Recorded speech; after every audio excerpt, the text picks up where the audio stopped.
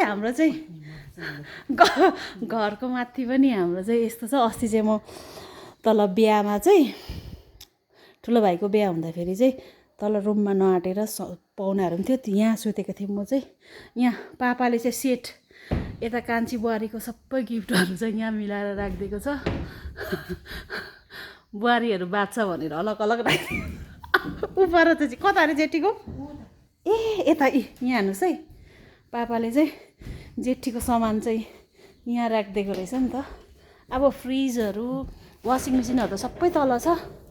यहाँ हेर्नुहोस् है, जेठीको अरे हो यो चाहिँ। अस्ति मैले अनबक्सिङ गर्दाखेरि चाहिँ आउनु पाइनँ। निलम लिम्बू कहाँ?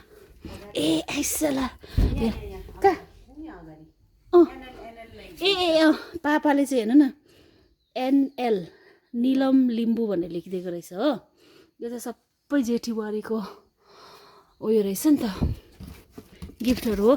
अब उयो काँसीहरू चाहिँ सबै अस्ति लगेछ अरे। अब उहाँले उतै लगेको रहेछ हो। यहाँ चाहिँ खालि के रहेछ, टप्परवेयरहरूको रहेछ नि कान्छी। मजा मजाको सेटहरू दिएको रहेछ यी। यहाँ हेर्नुहोस् है, तपाईँहरूले दिएको गिफ्ट चाहिँ हामीले यस्तो जतन गरेर राखिदिएको छ पापाले। हेर्नु न, यही यस्तो काँसा तामाङहरू पनि रहेछ, काँसा ताँबाहरू पनि रहेछ हो। यो चाहिँ के गर्नु कान्छी? यो फ्रुट्स राख्नु हो। लु यहाँ चाहिँ जेठी बुहारीको यहाँ राखिदिएको रहेछ पापाले हो। हाम्रो चाहिँ यहाँ हेर्नु नि सामानहरू के छ यहाँ।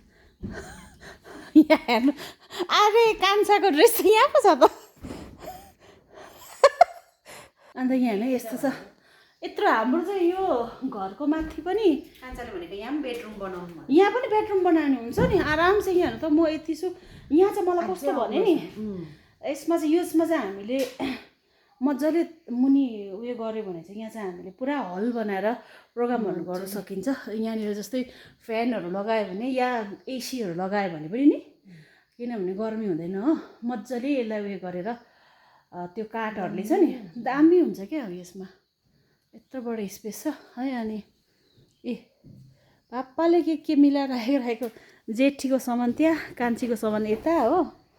यहाँ कान्छीले चाहिँ देखाउनु भएको छैन अरे सामानहरू। हेर्नु यसरी राखेको छ। अस्ति चाहिँ म यहाँ सुतेको थिएँ नि त, यस्तो भइरहेछ। पापाले सामान चाहिँ यस्तो मिलाएर राख्छ। हेर्नुहोस् है, यो चाहिँ हाम्रो सबै चर्चको सामानहरू हो। यहाँ चाहिँ स्टोरको लागि राखेको छ। हेर्नु न, यसरी मिलाएर राखेको छ। अस्ति मैले सुतेको ओछ्यान चाहिँ अझै उठाएकै छुइनँ है। पापाले भिडियोमा देख्यो भने फेरि मार्छ होइन। देख्नु त देख्नु होला कि। आमामामा, यसमा पनि बनायो भने मजाको हुन्छ हेर्नु कान्छे। यहाँ टक्क यसलाई काटेर दैलोहरू बनायो हो। ठुलो हल जस्तो बनायो, राम्रो हुन्छ। जेठीको सामान यता, कान्छीको यता। उता एनएल लेखिदिएको छ, निलम लिम्बू। यहाँ चाहिँ ले छैन, यही खडकुराहरू बिजोक भएर छ। बिजोक होइन, राम्रो राखेको छ है। उयो त दामी रहेछ त। अब दानिलको बिहामा लाग्यो चाहिँ। लु चलिए।